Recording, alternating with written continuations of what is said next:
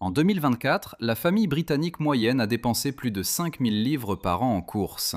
Pendant ce temps, votre grand-père nourrissait une famille de 6 personnes à partir d'une parcelle de la taille d'une place de parking et n'a jamais mis les pieds dans un Tesco. L'astuce? Il a enfreint toutes les règles du jardinage moderne qui existent. Le numéro 18 de cette liste est techniquement contraire aux réglementations municipales dans certaines parties de Londres, mais il produit plus de nourriture par pied carré que tout ce que la Société royale d'horticulture recommande. Et le numéro 7 était si efficace pendant la guerre que le ministère de l'Alimentation a imprimé des dépliants à ce sujet, puis les a discrètement enterrés quand les supermarchés ont eu besoin que vous continuiez à acheter. Ces 25 astuces ont été utilisées par des millions de jardiniers britanniques ordinaires. Certaines ont été oubliées, d'autres ont été découragées, et certaines ont été discrètement rendues difficiles par une industrie qui préférerait vous vendre du terreau en sac plutôt que de vous apprendre à faire le vôtre. Avant de commencer, appuyez sur ce bouton d'abonnement, car ce que vous êtes sur le point d'apprendre pourrait réduire votre facture alimentaire de moitié. Décomptons les 25 astuces de jardinage les plus intelligentes qui ont disparu des jardins arrière britanniques. Numéro 25. L'engrais aux orties. Votre grand-mère n'achetait pas d'engrais pour plantes. Elle le fabriquait à partir de mauvaises herbes que la municipalité lui disait de tuer. Les orties arrachées avec des gants épais près de la clôture du fond étaient entassées dans un seau et recouvertes d'eau de pluie. Après 2 semaines de fermentation dans un coin du jardin, le liquide devenait brun foncé et sentait absolument mauvais. Une part de purin d'ortie pour 10 parts d'eau, et vous aviez un engrais riche en azote qui faisait pousser les plants de tomates comme s'ils étaient en colère contre quelque chose. L'odeur était si mauvaise que les voisins se plaignaient. Dans les années 1990, certains conseils municipaux ont même reçu des plaintes officielles concernant l'odeur et ont envoyé des lettres demandant aux gens d'arrêter. Mais voici la science. Des chercheurs de l'université de Coventry ont testé l'engrais aux orties contre des marques commerciales en 2019 et ont découvert qu'il fournissait des niveaux d'azote comparables pour les légumes à feuilles. Une bouteille de Miracle Grow coûte environ 6 livres. Un seau d'ortie ne coûte rien. Les orties poussaient déjà. Vous étiez déjà en train de les arracher. Votre grand-mère a juste eu le bon sens de les utiliser avant de les jeter. Nous avons jeté de l'engrais gratuit parce que quelqu'un dans une jardinerie nous a dit d'acheter la version en bouteille à la place. Numéro 24. Cultiver des pommes de terre dans de vieux pneus. Chaque jardin familial en Grande-Bretagne avait autrefois une pile de vieux pneus dans un coin, et ce n'était pas pour la décoration. Votre grand-père posait un pneu à plat sur le sol, le remplissait de terreau et plantait 3 pommes de terre de semences. Quand les pousses atteignaient 6 pouces de haut, il empilait un autre pneu par-dessus et le remplissait à nouveau, puis un autre. Au milieu de l'été, il avait une tour de 4 pneus de haut, et quand il la renversait en septembre, les pommes de terre dégringolaient comme des pièces d'une machine à sous. Une seule pile pouvait produire 8 à 10 livres de pommes de terre sur moins de 2 pieds carrés de terrain. Le coût était nul, car les garages donnaient les vieux pneus gratuitement. Puis, l'Agence pour l'environnement a commencé à classer les pneus comme déchets contrôlés. Les municipalités les ont interdits dans les jardins familiaux.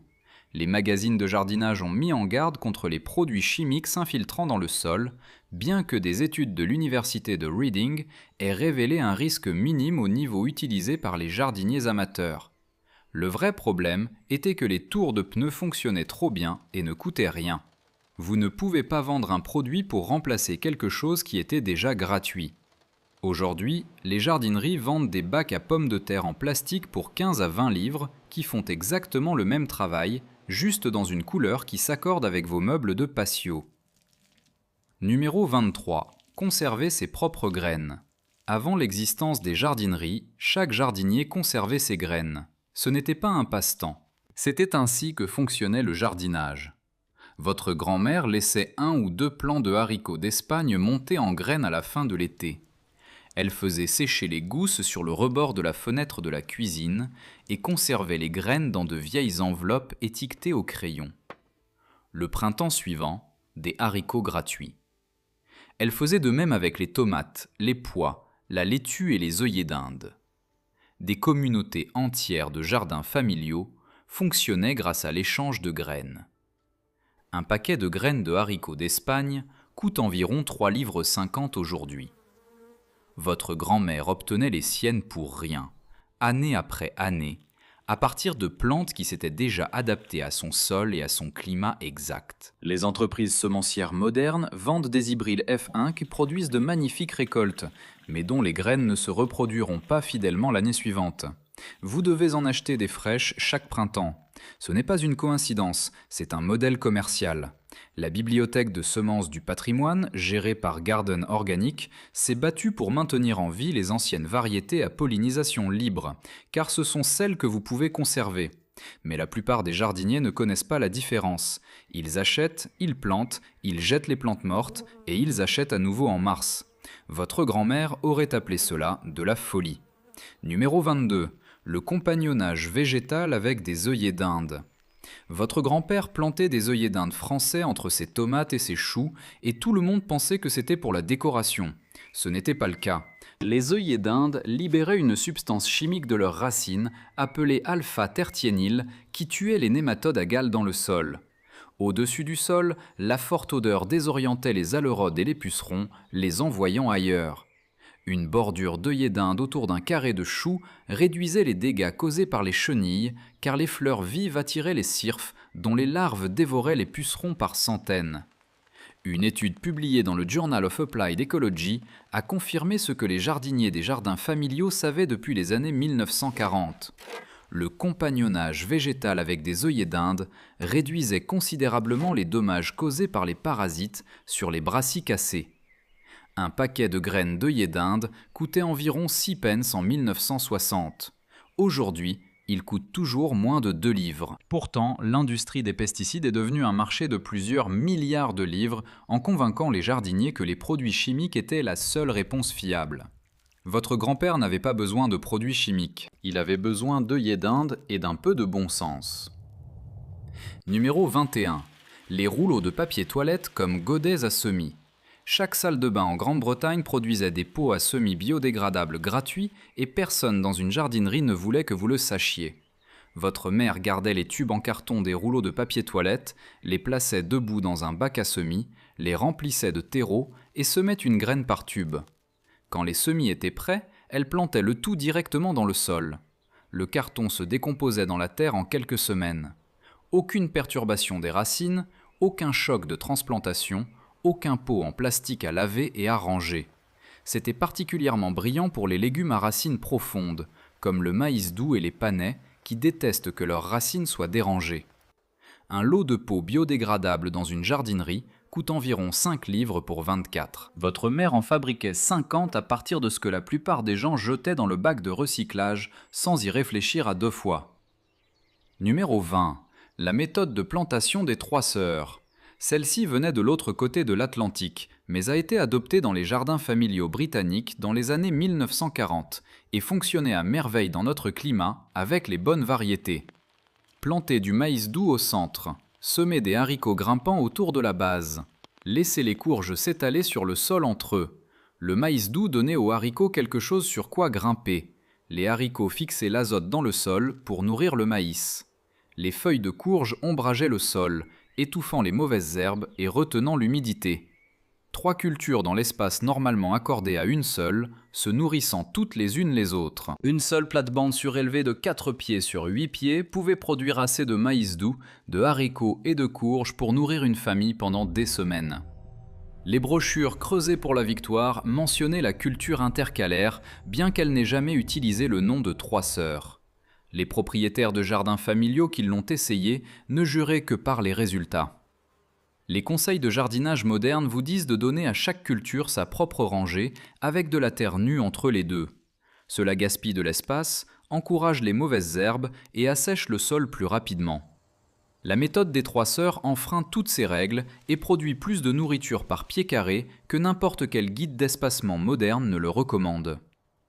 Numéro 19. Enterrez les restes de cuisine directement. Avant que les bacs à compost ne deviennent une chose que vous achetiez à la municipalité pour 15 livres, votre grand-père enterrait simplement ses restes de cuisine directement dans le jardin. Épluchures de pommes de terre, feuilles de thé, coquilles d'œufs, trognons de choux. Il creusait une tranchée de 12 pouces de profondeur entre ces rangées de haricots d'Espagne, y jetait l'équivalent d'une semaine de restes et les recouvrait. Les vers venaient, les restes se décomposaient, la terre autour de ces haricots devenait sombre riche et friable en une saison. Il appelait cela le compostage en tranchée, bien qu'il n'ait probablement jamais utilisé le terme exact. Il appelait simplement cela du bon sens. Les conseils modernes disent que vous devez avoir un bac à compost approprié, le retourner régulièrement, surveiller la température, équilibrer vos matières vertes et brunes.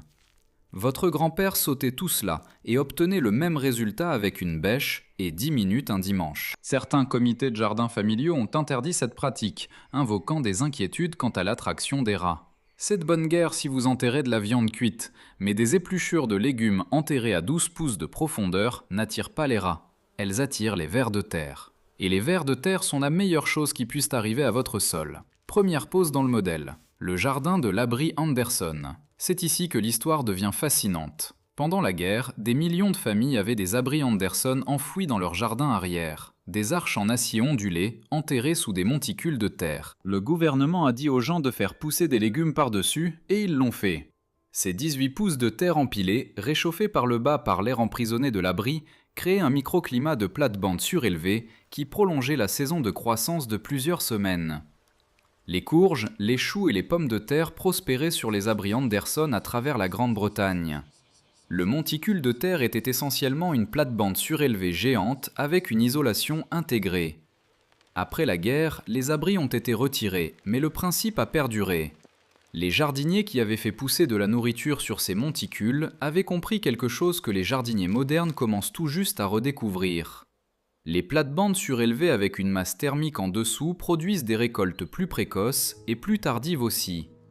Aujourd'hui, nous payons des centaines de livres pour des kits de plates-bandes surélevées. Les jardiniers des abris Anderson ont obtenu les leurs gratuitement avec l'aimable autorisation de la Luftwaffe.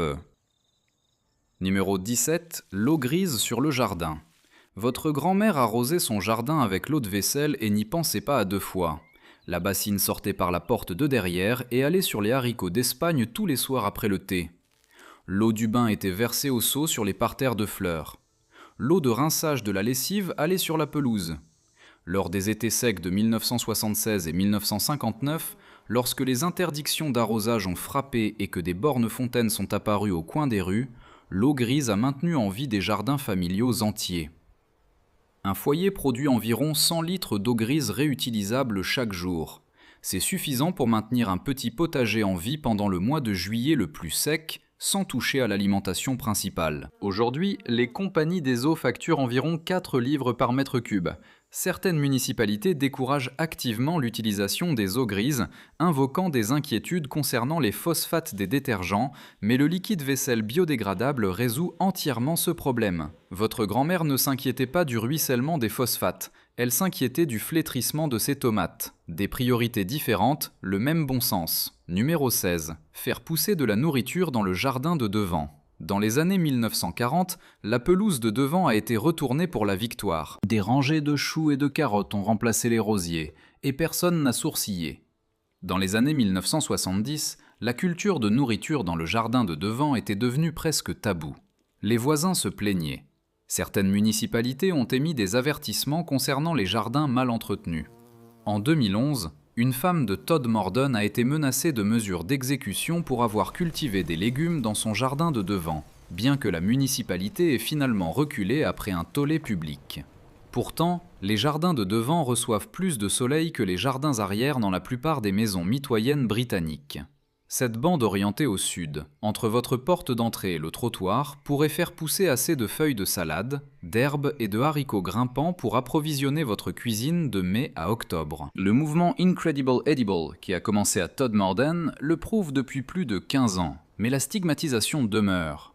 Une pelouse de devant est respectable, un jardin de devant plein de courgettes est excentrique. Votre arrière-grand-mère trouverait cela déconcertant. Elle faisait pousser de la nourriture partout où le soleil frappait.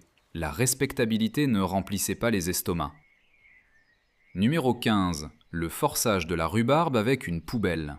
Chaque jardin familial avait autrefois une poubelle renversée ou un grand pot de cheminée posé sur la couronne de rhubarbe en janvier. L'obscurité forçait la rhubarbe à pousser haute et pâle, cherchant désespérément une lumière qui ne venait jamais. Le résultat était des tiges tendres, douces et roses vifs, qui ne ressemblait en rien aux tiges vertes et dures que l'on obtient d'une plante non forcée. La rhubarbe forcée était prête en février, des semaines avant tout le reste dans le jardin, fournissant des fruits frais quand les placards étaient vides. Le triangle de la rhubarbe du Yorkshire entre Leeds, Bradford et Wakefield a construit toute une industrie autour de cette technique, cultivant de la rhubarbe forcée dans des hangars chauffés à la lueur des bougies. Un véritable pot de forçage en terre cuite coûte de 30 à 40 livres dans une jardinerie aujourd'hui. Votre grand-père utilisait une poubelle qu'il avait trouvée dans une benne. Même résultat, aucun coût. La technique est vieille de plusieurs siècles et elle fonctionne parce que la rhubarbe stocke de l'énergie dans ses racines pendant l'hiver. Privez-la de lumière et elle brûle cette énergie, produisant des tiges si tendres qu'elles fondent pratiquement lorsqu'elles sont cuites. Ce n'est pas une astuce, c'est de la science horticole habillée en poubelle.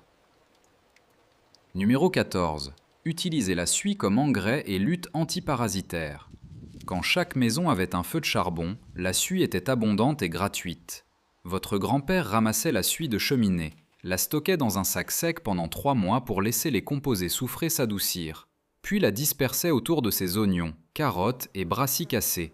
La suie remplissait une triple fonction. Elle assombrissait le sol, l'aidant à absorber plus de chaleur au début du printemps. Elle dissuadait la mouche de la carotte, qui détestait l'odeur, et elle fournissait des oligo-éléments, dont le potassium et l'azote, qui nourrissaient les plantes. Un anneau de suie autour des tiges de choux arrêtait net les limaces. La texture granuleuse déchiquetait leur ventre. Les revues de la Société royale d'horticulture des années 1930 recommandaient la suie comme amendement de jardin standard. Lorsque le chauffage central a remplacé les feux de charbon dans les années 1960 et 70, l'approvisionnement en suie s'est tari. Les jardiniers l'ont remplacé par des granulés anti-limaces commerciaux contenant du métaldéhyde, dont nous savons maintenant qu'il empoisonne les hérissons, les oiseaux et les chiens. Les granulés anti-limaces au métaldéhyde ont été interdits en Grande-Bretagne en 2022. La suie de votre grand-père n'aurait jamais causé ce problème. Deuxième pause dans le modèle, le club porcin du temps de guerre. Voici maintenant une astuce qui vous attirerait véritablement des ennuis aujourd'hui.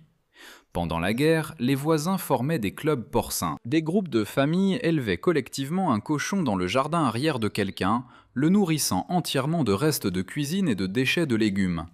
Lorsque le cochon était abattu, la viande était répartie entre les membres. En 1943, il y avait près de 7000 clubs porcins enregistrés en Grande-Bretagne, produisant des milliers de tonnes de porc en dehors du système de rationnement. Les cochons mangeaient ce qui aurait autrement été gaspillé. Le fumier allait sur les jardins familiaux. Les jardins familiaux faisaient pousser de la nourriture qui nourrissait les familles et produisait des restes qui nourrissaient le cochon. C'était une boucle fermée qui ferait pleurer d'admiration les consultants modernes en développement durable. Aujourd'hui, élever un cochon dans votre jardin arrière nécessite un permis de construire, l'approbation de la santé environnementale et un numéro d'exploitation paroissiale du comté. Les réglementations existent pour de bonnes raisons, mais le principe de transformer les déchets de cuisine en protéines et en engrais était le système de production alimentaire le plus efficace qu'un jardin de banlieue ait jamais connu. Nous l'avons remplacé par des poubelles à roulettes et des décharges. Numéro 12. Le semis échelonné tous les 15 jours. Votre grand-mère ne plantait pas toute sa laitue en une seule fois pour se retrouver avec 30 têtes prêtes le même mardi de juillet. Elle semait une courte rangée toutes les 2 semaines, de mars à août. Cela signifiait de la laitue fraîche de mai jusqu'à octobre. Elle faisait de même avec les radis, les oignons de printemps et les feuilles de salade. Une toute petite rangée tous les 15 jours, jamais de surabondance, jamais de pénurie. Les livres de jardinage moderne expliquent le semis échelonné comme s'il s'agissait d'une technique avancée. Ce n'est pas le cas. C'est du bon sens que chaque propriétaire de jardin familial pratiquait instinctivement il y a 50 ans. Ils n'avaient pas de congélateur pour stocker le surplus, ni de voiture pour le conduire chez des amis. Si ce n'était pas manger frais, c'était gaspillé. Ils chronométraient donc leur semis pour correspondre à leur consommation. Un seul paquet de graines de laitue semées de manière échelonnée pouvait fournir de la salade à une famille pendant 6 mois. Le même paquet semé en une seule fois vous donne 2 semaines de laitue et puis plus rien. Le timing était l'astuce. Pas la technologie, pas l'argent. Juste un crayon, une enveloppe et un calendrier sur le mur de la cuisine. Numéro 11. Le sel d'Epsom pour les tomates. Une cuillère à soupe de sel d'Epsom dissoute dans un gallon d'eau et appliquée sur les plants de tomates tous les 15 jours a été l'évangile dans les jardins familiaux britanniques pendant des décennies. Le sulfate de magnésium corrigeait une carence courante dans les sols britanniques qui provoquait le jaunissement des feuilles et une mauvaise nouaison. Les tomates sont des plantes gourmandes. Elles épuisent le magnésium du sol plus rapidement que la plupart des légumes. Votre grand-père repérait le jaunissement entre les nervures des feuilles, attrapait le sel d'Epsom dans l'armoire de la salle de bain et réglait le problème pour environ 3 livres. Un engrais spécialisé pour tomates de la jardinerie coûte de 8 à 10 livres et contient entre autres du sulfate de magnésium. Vous pouvez acheter 1 kg de sel d'Epsom dans une pharmacie pour moins de 2 livres. Même ingrédient actif, emballage différent, prix différent, marge bénéficiaire différente. Personne dans l'industrie du jardinage n'a intérêt à vous dire qu'un produit pour le bain guérit les symptômes du mildiou de la tomate. Numéro 10. La propagation sur le rebord de la fenêtre à partir d'herbes de supermarché. Celle-ci est magnifiquement subversive. Achetez un pot vivant de basilic, de menthe ou de coriandre chez Tesco pour 1 livre. Prenez des boutures, faites-les enraciner dans l'eau sur le rebord de la fenêtre de votre cuisine, plantez-les. Un pot de basilic de supermarché peut produire 15 à 20 nouvelles plantes si vous prenez des boutures de chaque tige. Ces pots d'herbes vivantes sont conçus pour mourir en 1 semaine car ils sont surpeuplés, trop arrosés et cultivés sous lumière artificielle. Le supermarché s'attend à ce que vous en achetiez un autre la semaine prochaine. Mais si vous séparez les semis, les rempotez individuellement et leur donnez une lumière appropriée, chacun devient une plante productive qui dure tout l'été. La menthe est encore plus facile. Une seule bouture dans un verre d'eau s'enracinera en 5 jours et deviendra une plante qui essaiera d'envahir tout votre jardin. Votre grand-mère savait que toute plante qui s'enracine dans l'eau est essentiellement gratuite. La jardinerie préférerait que vous ne le découvriez pas. Numéro 9. Le châssis froid à partir de vieilles fenêtres. Chaque déchetterie municipale avait autrefois une pile de vieux cadres de fenêtres et votre grand-père les ramenait à la maison. 4 morceaux de bois pour les côtés, une vieille fenêtre sur le dessus en biais et vous aviez un châssis froid qui prolongeait votre saison de croissance de 2 mois à chaque extrémité. Les semis y entraient en février, les salades poussaient jusqu'en novembre. Cette boîte en verre emprisonnait la chaleur pendant la journée et la libérait lentement la nuit, créant un microclimat de 3 à 5 degrés plus chaud que l'air libre. Un véritable châssis froid. D'un catalogue de jardinage coûte de 70 à 100 livres. Votre grand-père en construisait un à partir de trouvailles de benne et ne dépensait rien. Le principe est identique. Le verre emprisonne le rayonnement solaire. L'air chaud monte et est retenu par le cadre. L'angle évacue la pluie et maximise l'exposition à la lumière. Les unités de double vitrage qui tombent en panne et deviennent embuées sont jetées par milliers chaque année. Chacune est un couvercle de châssis froid gratuit qui ne demande qu'à exister. Votre grand-père en aurait déjà eu 3 à l'heure qu'il est. Numéro 8. L'engrais liquide à base de consoude. La consoude était l'arme secrète du jardinier de jardin familial et elle poussait comme une véritable mauvaise herbe. Une fois établi, votre grand-père plantait de la consoude de Russie, la variété stérile appelée Bocking 14, dans un coin de la parcelle et récoltait les feuilles 4 ou 5 fois par an. Ces feuilles allaient dans un seau avec une brique par-dessus et sans eau. En 2 semaines, elles se décomposaient en un liquide épais, noir et nauséabond qui était essentiellement un engrais pour tomates gratuit et riche en potassium. Dilué à 20 pour 1 avec de l'eau, le purin de consoude produisait de plus grosses tomates, plus de poivrons et des courges plus lourdes que n'importe quel engrais commercial testé à ses côtés. La Société royale d'horticulture reconnaît la consoude comme l'un des engrais naturels les plus efficaces disponibles. Pourtant, elle figure à peine dans les conseils de jardinage modernes, car vous ne pouvez pas vendre une plante qui produit de l'engrais gratuit pour toujours. Vous la plantez une fois et n'achetez plus jamais d'engrais pour tomates. C'est terrible pour les affaires et brillant pour votre jardin. Numéro 7. Le paillage avec du papier journal. Votre grand-mère posait des feuilles de papier journal mouillées avec entre ses rangées de légumes et n'y pensait plus. Le papier supprimait complètement les mauvaises herbes, retenait l'humidité dans le sol et se décomposait dans la terre à la fin de la saison, ajoutant de la matière organique au passage. Elle en posait 4 ou 5 feuilles d'épaisseur, les mouillait avec l'arrosoir et les recouvrait d'une fine couche de tonte de gazon, pour éviter qu'elles ne s'envolent. Aucun désherbage pendant tout l'été. La campagne Dig for Victory recommandait le paillage avec du papier journal parce que cela fonctionnait et ne coûtait rien. Chaque foyer avait des journaux. Dans les années 1980, les jardineries vendaient de la toile de paillage et des membranes en plastique, entre 4 et 6 livres le mètre. Ces produits font le même travail que le papier journal, mais ne se décomposent pas. Ils restent éternellement dans les décharges. La méthode de votre grand-mère était gratuite, biodégradable et nourrissait le sol en se décomposant. Nous l'avons remplacée par quelque chose de pire et avons payé pour ce privilège. Troisième rupture de modèle, la haie comestible. En voici une qui a véritablement fait grincer des dents. Au lieu de troène ou de laurier, certains jardiniers d'après-guerre ont planté des haies comestibles, des groseilliers à maquereaux le long de la clôture, des cassis entre les groseilliers, quelques pommiers sauvages au coin. La haie offrait de l'intimité, un abri contre le vent et 50 livres de fruits chaque été. Certaines associations de jardins familiaux l'encourageaient. Certains conseils municipaux s'y opposaient, qualifiant les haies fruitières de négligées. Dans certaines parties de la banlieue britannique, des clauses restrictives sur les nouveaux lotissements interdisaient spécifiquement les arbres fruitiers dans les jardins de devant. Le raisonnement était esthétique.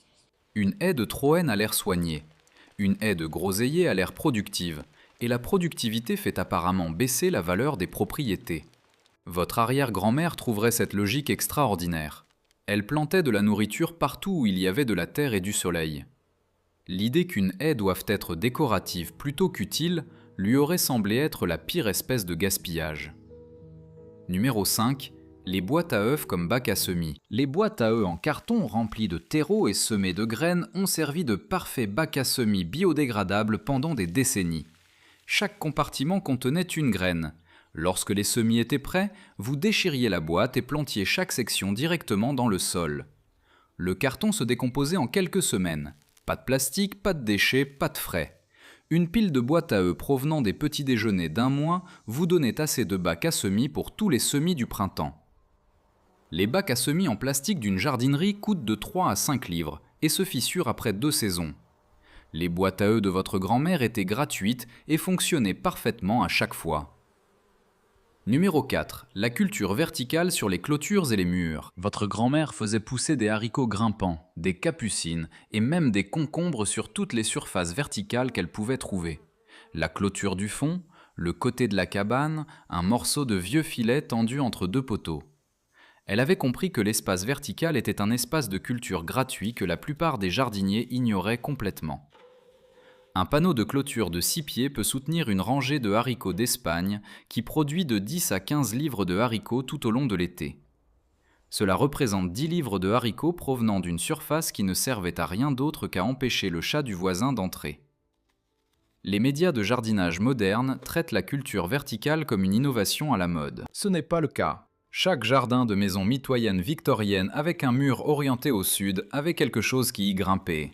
Votre grand-mère savait que la lumière du soleil frappe les murs aussi bien que le sol. Elle a simplement eu le bon sens d'utiliser les deux. Numéro 3. Le marc de café comme amendement du sol.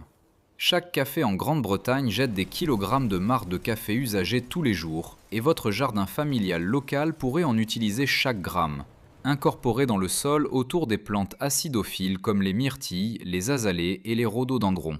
Le marc de café usagé abaisse le pH et ajoute de la matière organique. Éparpillé autour des brassicacées, il dissuade les limaces grâce à sa texture granuleuse et à sa teneur en caféine.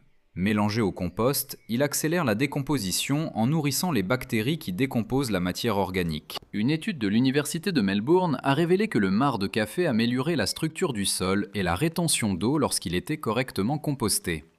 Votre Costa local ou votre café indépendant vous en donnera un sac gratuitement si vous le demandez. Ils payent pour le faire enlever comme déchet. Vous leur rendriez service. Pourtant, l'industrie du jardinage préfère vous vendre des sacs de terreau de bruyère à 6 livres l'unité plutôt que de vous dire que la solution se trouve dans une poubelle derrière la rue commerçante. Numéro 2. Conserver et replanter les pommes de terre de supermarché. Celle-ci rend l'industrie des plants de pommes de terre folle. Achetez un sac de pommes de terre chez Aldi pour 60 pence. Laissez-en quelques-unes germer dans le placard, plantez-les, récoltez des pommes de terre nouvelles 12 semaines plus tard. Les plants de pommes de terre certifiés coûtent environ 3 livres et 50 pence pour 10 tubercules. Un sac de pommes de terre de consommation du supermarché vous donne une douzaine de plants de pommes de terre pour une fraction du prix. Les conseils officiels disent de ne jamais planter de pommes de terre de supermarché car elles pourraient être porteuses de mildiou ou de virus. Et c'est une préoccupation légitime pour les agriculteurs commerciaux qui cultivent des hectares de culture. Mais pour un jardin de derrière avec 6 plants de pommes de terre, le risque est minime. Les jardiniers des jardins familiaux plantent des pommes de terre de supermarché germées depuis des décennies et obtiennent de très bonnes récoltes. L'industrie des plants de pommes de terre a toutes les raisons de décourager cela. Si vous réalisiez que les pommes de terre les moins chères chez Aldi étaient aussi des plants de pommes de terre gratuits, vous n'achèteriez plus jamais de plants certifiés. Numéro 1. La méthode sans travail du sol. Charles Dowding ne l'a pas inventée. Votre grand-mère la pratiquait des décennies avant qu'il n'écrive son premier livre. Elle ne retournait jamais sa terre avec une bêche. Elle déposait du compost sur le dessus, laissait les vers l'enfouir et plantait directement à la surface. Pas de bêchage, pas de mal de dos, pas de destruction des réseaux fongiques et des galeries de vers qui rendaient son sol vivant. Le résultat était une terre si sombre et friable qu'elle ressemblait à un gâteau au chocolat. Sa parcelle produisait plus de nourriture avec moins d'efforts que le gars 3 parcelles plus loin qui passait tous ses week-ends à faire un double bêchage jusqu'à ce que son dos lâche. La science confirme aujourd'hui ce qu'elle savait déjà. Perturber le sol expose le carbone à l'air, détruit les champignons bénéfiques, ramène les graines de mauvaises herbes à la surface et perturbe l'écosystème qui nourrit vos plantes. Le jardinage sans travail du sol produit des rendements comparables ou supérieurs avec une fraction du travail. C'est meilleur pour le sol, meilleur pour la biodiversité et meilleur pour le jardinier. Pourtant, les motoculteurs se vendent toujours par milliers. Les fabricants de bêches continuent de promouvoir le double bêchage comme étant essentiel. Toute l'industrie du jardinage s'est construite sur l'hypothèse que le sol doit être retourné. Votre grand-mère a prouvé que ce n'était pas le cas et les vers étaient d'accord avec elle. Essayez l'une de ces méthodes cette semaine, juste une. L'engrais d'ortie, les semis échelonnés, le paillis de papier journal. Ensuite, revenez me dire que votre facture de jardinerie n'a pas été réduite de moitié. Partagez celle que vous allez essayer dans les commentaires. Parce que ce n'était pas de simples astuces de jardinage. C'était une sagesse que les jardineries ont passé des décennies à nous faire oublier. Votre grand-mère le savait. Maintenant, vous le savez aussi.